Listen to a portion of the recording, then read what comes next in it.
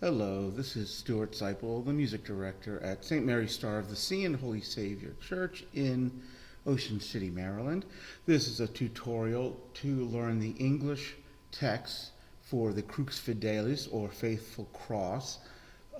This is the Pange Lingua Gloriosi, the Glorious Battle, different than the Pange Lingua Gloriosi Corporis Mysterium. So we will look at this here, just going through the verses. The antiphons alternate. We talk about that in rehearsal, but this is just to help get the Gregorian chant down for the intervening verses. So let me play for you the sound here of beginning at verse 1.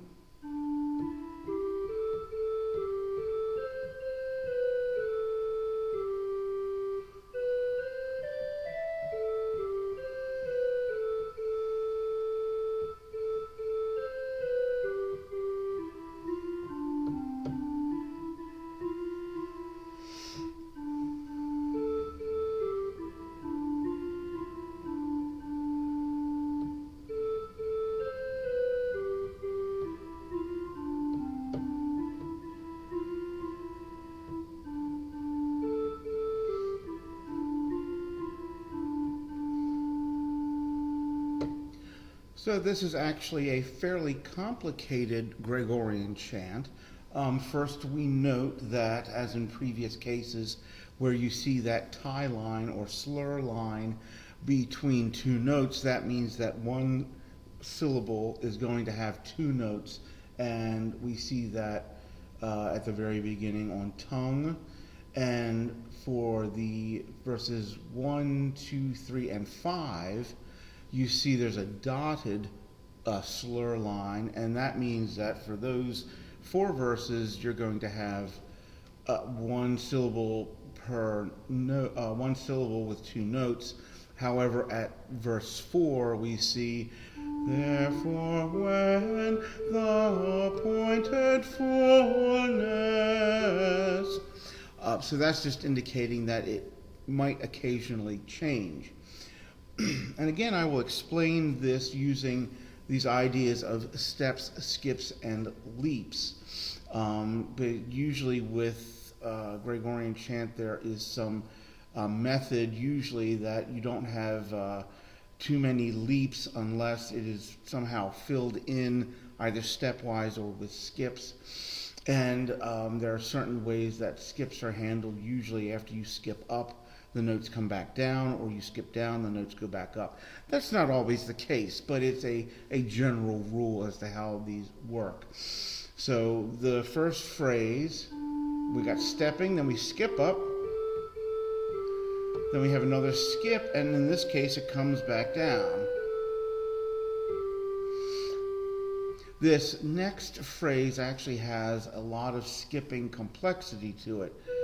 So we start stepping up, but then we leap down, we keep going, a smaller leap going back up, and then we fill in. So listen to that again. We're stepping, then we're leaping, and a leap, then we fill in.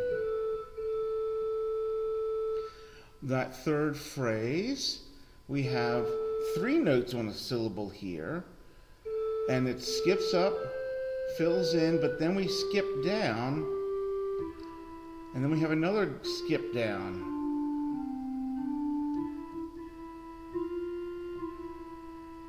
And having that many skips going in the same direction is actually fairly unusual. However, you can use that as a mnemonic device to help you remember that this is a little unusual.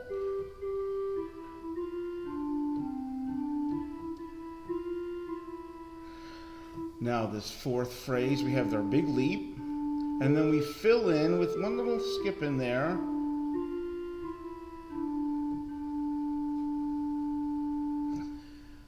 Now the next phrase is just like the third phrase.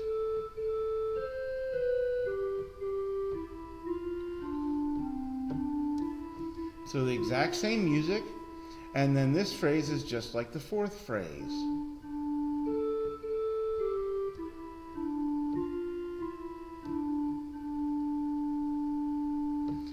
So there is some repetition that you can use to ground yourself. Basically, once you learn the first two lines, which is two phrases each, basically, so you have four phrases, you've basically learned the entire piece. So once again, let me just play through that whole line for the first verse.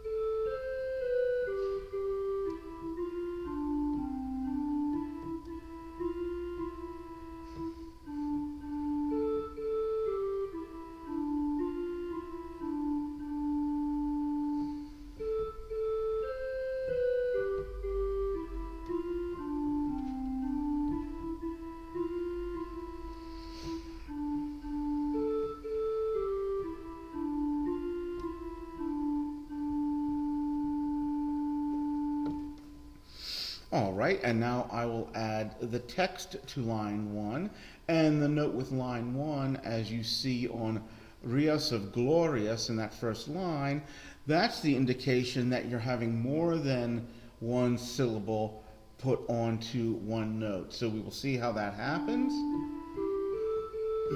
So there's the incipit, as we call it. Sing, my tongue, the glorious battle. Sing the ending of the fray. Above the cross, the blessed trophy now sounds loud triumphantly. Tell how Christ the world's Redeemer a victim hath won the day. And as we noted in rehearsal, after that you will respond, the choir will respond with antiphon A. Then our verse 2, exact same music, just a different pointing in text. Here's our second verse. God in pity saw man fallen, shamed and sunk in misery, when he fell on death by tasting fruit of the forbidden tree. Another tree then was chosen, which from death the world should free. And this is answered by antiphon B. And now we go on to verse 3 for rehearsal. Thus the scheme of our salvation was of old in order laid, that manifold deceivers art by art now might be outweighed. The lure the foe hath put forward into means of healing made. And now we go on to verse 4.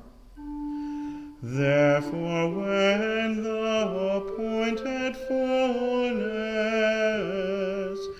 of the holy time was come, he was sent who maketh all things forth from God's eternal home, that he came to earth incarnate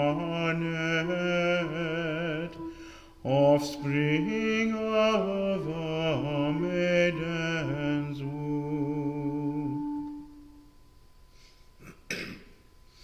And now we move on to verse 5, which is the first half of these verses. Lo, he lies an infant weeping, where the narrow manger stands, while mother maiden his members, wrapped in mean and lowly bands, and she the swaddling clothes winding round his helpless feet and hands. So the way this score is laid out for simplicity of reading, it puts verses 1 through 5 together, and then on the following puts verses 6 through 10. So we will handle that in the next video.